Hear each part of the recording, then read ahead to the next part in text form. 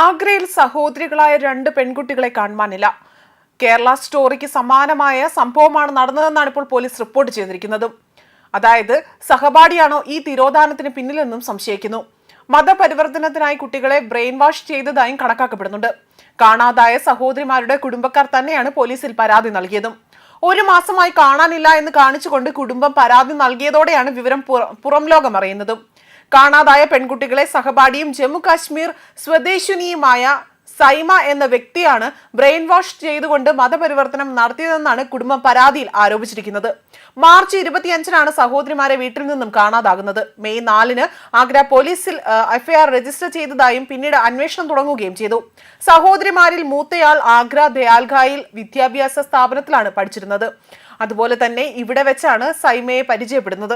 പെൺകുട്ടിയെ സൈമ നിരന്തരം brain wash ചെയ്തിരുന്നതായും വിലയിരുത്തപ്പെടുന്നു. പിന്നാലെയാണ് പെൺകുട്ടിയെ കാണാതാകുന്നതും. കുറച്ച് ദിവസത്തിനു ശേഷം വീട്ടിൽ തിരഞ്ഞെങ്കിൽ പോലും ആളെ കാണാൻ സാധിച്ചില്ല. അതുമാത്രമല്ല, ഇസ്ലാമിക രീതിയിലാണ് മകൾ അല്ലെങ്കിൽ ഇസ്ലാമിക വിശ്വാസമാണ് പെൺകുട്ടി പിന്തുടരുന്നതെന്നും കുടുംബം പറയുന്നുണ്ട്. പിന്നീട് ഇളയ സഹോദരിയെ മൂത്ത മകൾ ലൈബ്രറിയിൽ ബ്രെയിൻ വാഷ് ചെയ്യാൻ തുടങ്ങിയതായും കുടുംബം പരാതിയിൽ പറഞ്ഞു. പെൺകുട്ടികളെ സൈമയാണ് കൂട്ടിക്കൊണ്ടു പോയതെന്നാണ് ഇവർ എഫ്ഐആറിൽ രജിസ്റ്റർ ചെയ്തിരിക്കുന്നതും.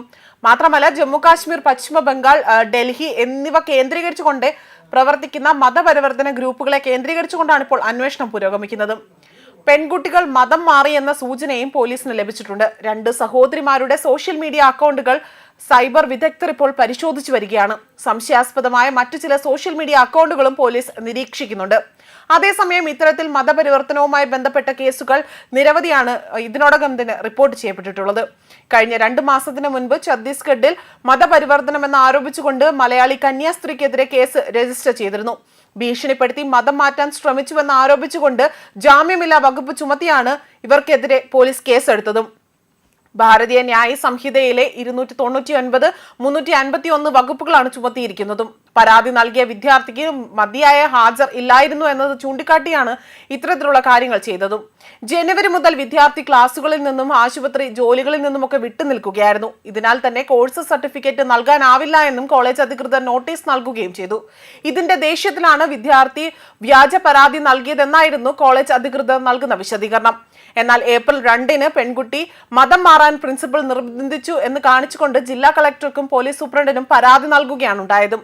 1981-ൽ മീനാക്ഷിപുരം എന്ന ഇന്ത്യൻ ഗ്രാമത്തിൽ നടന്ന 100 കണക്കിന് താഴ്ന്ന ജാതി ഹിന്ദുക്കളുടെ ഇസ്ലാമിലേക്കുള്ള മതപരിവർത്തനമാണ് ആദ്യമായി തന്നെ മതപരിവർത്തനവുമായി ബന്ധപ്പെട്ട് പ്രസിദ്ധീകരിക്കുന്നതും.